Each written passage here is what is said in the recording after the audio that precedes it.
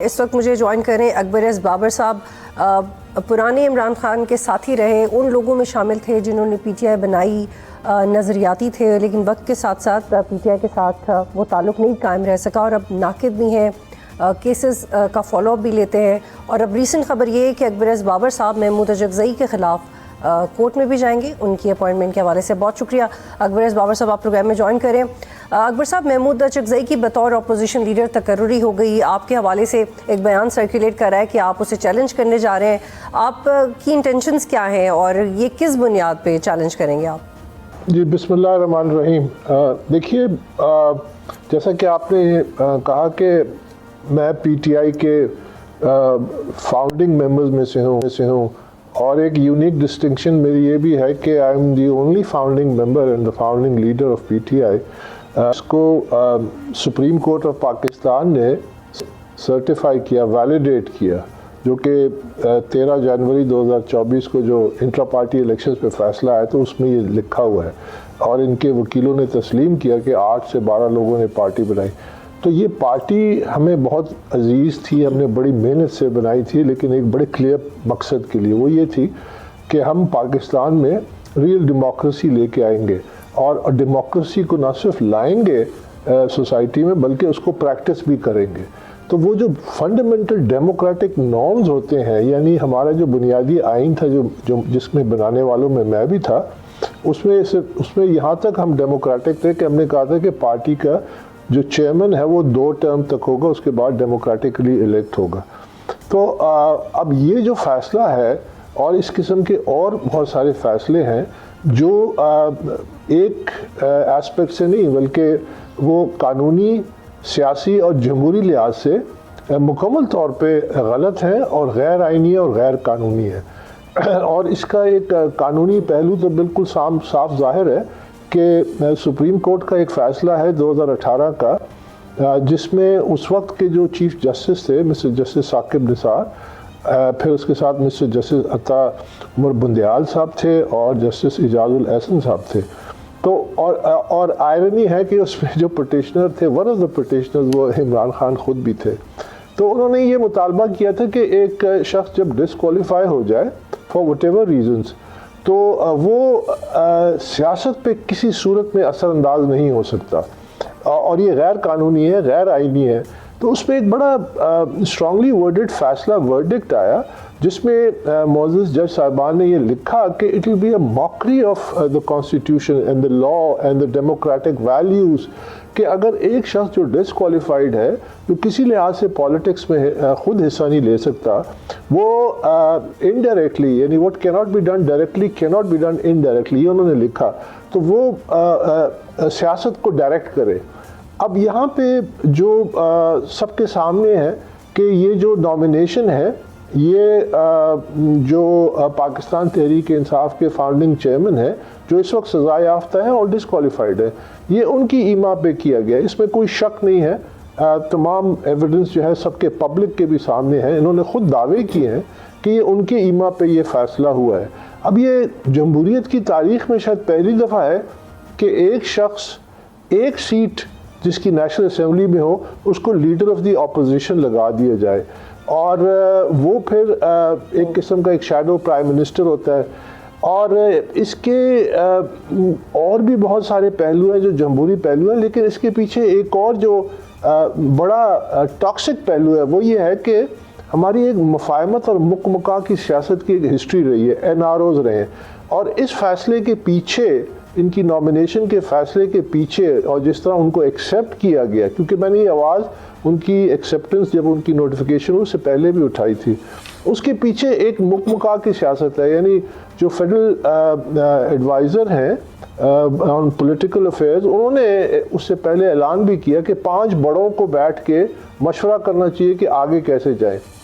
अब उन बड़ों में एक जी बिल्कुल अकबर बाबर साहब, आई होल्ड यू हियर। और ये जो आप बात करें, बिल्कुल ये अचकज़ई साहब का एक कामयाब दौरा था और उसके बाद, sir please I hold you here, एक सवाल ले लीजिएगा। आपको लगता है कि अचकज़ई साहब इमरान खान की गारंटी ले पाएंगे? क्योंकि उन्होंने कहा है कि मैं उनकी गारंटी लेने को तैयार हूँ, लेकिन मैं ख़ुद ये वसूख से कहने को तैयार हूँ कि पीटीआई के अंदर बहुत सारे लोग इमरान खान की गारंटी लेने को तैयार नहीं है। उनको नहीं पता कि इमरान खान किस वक्त क्या कह देंगे, तो क्या अचकज़ई साहब ये रिस्क लेंगे और ले सकते हैं? देखिए, अचकज़ई साहब की जो तारीख है, उनकी अपनी जमात उनकी गारंटी नहीं देती, आधी जमात उनको छोड़ के चली गई। अब आप ऐसे शख्स की क्या गारंटी लेंगे, और गारंटी किस बात की लेंगे? मुकमुका की लेंगे ना, कि आपको ये जो मफाहमत की पॉलिटिक्स है, इसके पीछे कॉन्सेप्ट क्या है कि अपनी एक न्यूसेंस वैल्यू बनाए और एक पॉपुलैरिटी का वो लेके कि जी चूंकि पॉपुलर है इस वजह से वो आइन और कानून से बालातर है।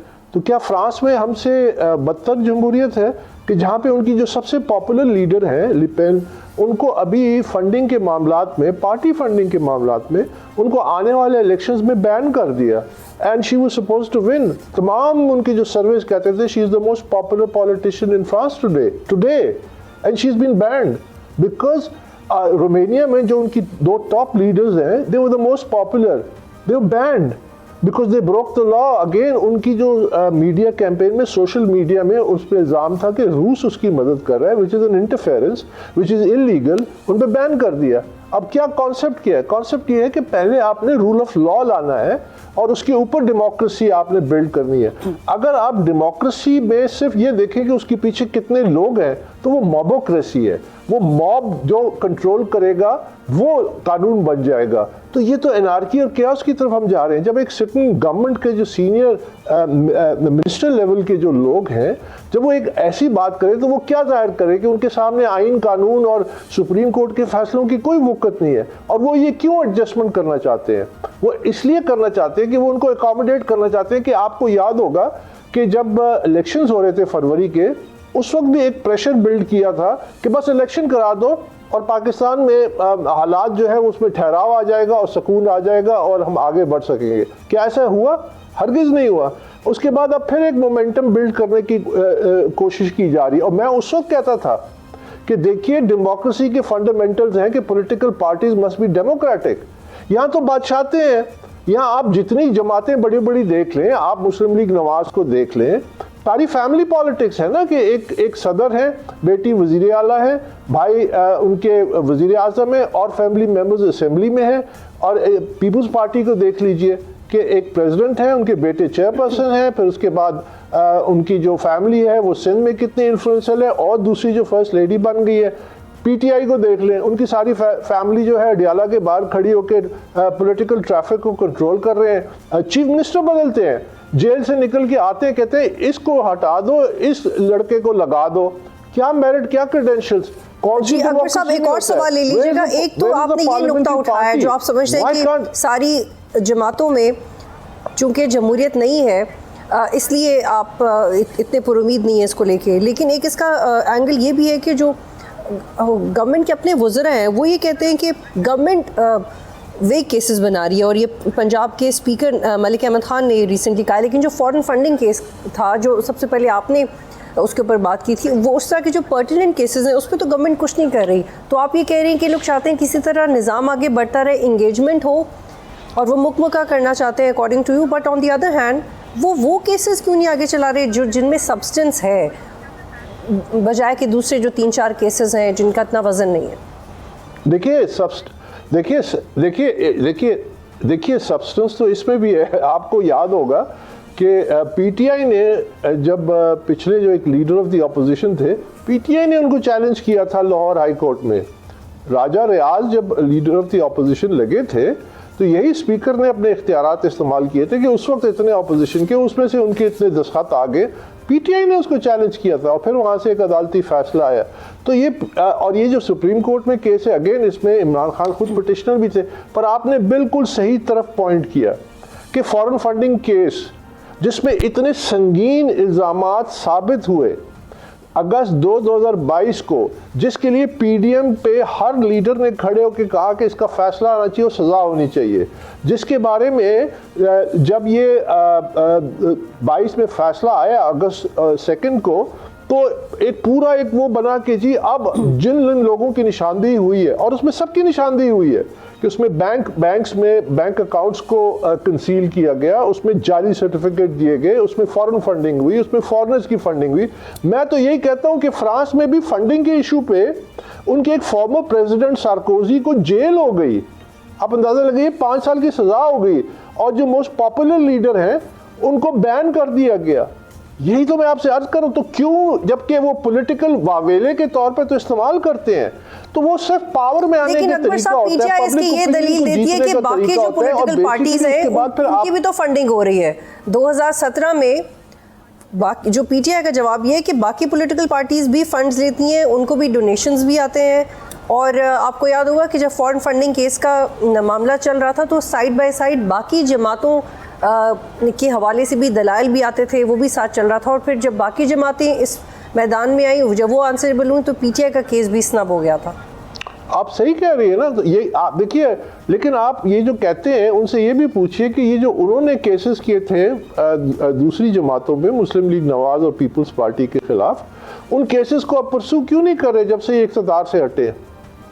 कहाँ गए वो लोग जो इलेक्शन कमीशन के बाद खड़े होकर मुझ पे इल्जामात लगाते थे और मुझे तरह तरह के वो टॉन्ट्स देते थे कि आप पता नहीं क्या इजी लोड, और वो सारे डाउनलोड हो गए ना, एक भी उनमें से नजर नहीं आता। अकबर साहब, एक शॉर्टली मुझे प्रिसाइजली आपसे एक जवाब चाहिए, फिर मुझे वाइंड अप की तरफ जाना है। जी अकबर साहब, आपने एक कहा कि 9 मई के बराह रास्त जिम्मेदारान में से इमरान खान भी हैं, और रिसेंटली सोहेल आफरीदी का नाम आया कि जो फॉरेंसिक रिपोर्ट्स हैं यही इस्टेब्लिश हुआ कि he was involved and he was physically present at the spot.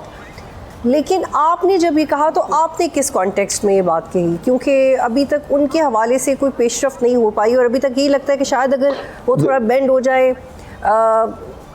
Partially माफ़ी मांग लें या कह दें हमारे कुछ अनासर थे, तो चीज़ें आगे बढ़ सकती हैं। बट इमरान खान का नाम उस तरह से नहीं आता जैसे उनकी पार्टी में बाकी लोगों का नाम आता है। देखिए, ये जो डोमिनेशन का है लीडर ऑफ द अपोजिशन का, ये किसकी डायरेक्टर्स पे हुआ? इलीगली हुआ, अनकॉन्स्टिट्यूशनल हुआ, लेकिन किसकी डायरेक्टर्स हुआ? उन्हीं की डायरेक्टर्स पे हुआ ना।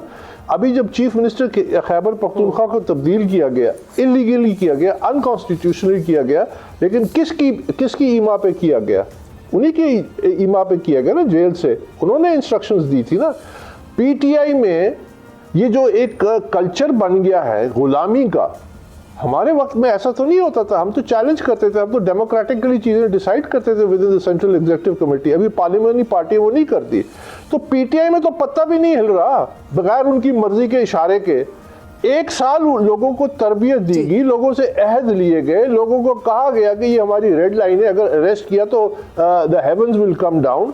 तो वो जो तमाम पब्लिक सबूत मौजूद हैं, जो वीडियोस मौजूद हैं, जो इंस्ट्रक्शंस मौजूद हैं, जो उनके अपने लोग कह रहे हैं, इससे ज्यादा आपको क्या एविडेंस चाहिए? बर्तानिया में बिल्कुल अकबर बाबर साहब, आपका जवाब आ गया है और वहां की अदालत में बैठ आप प्रोग्राम में ज्वाइन कर रहे थे। सब्सक्राइब करें और बेल दबाएं ताकि कोई खबर रह न जाए।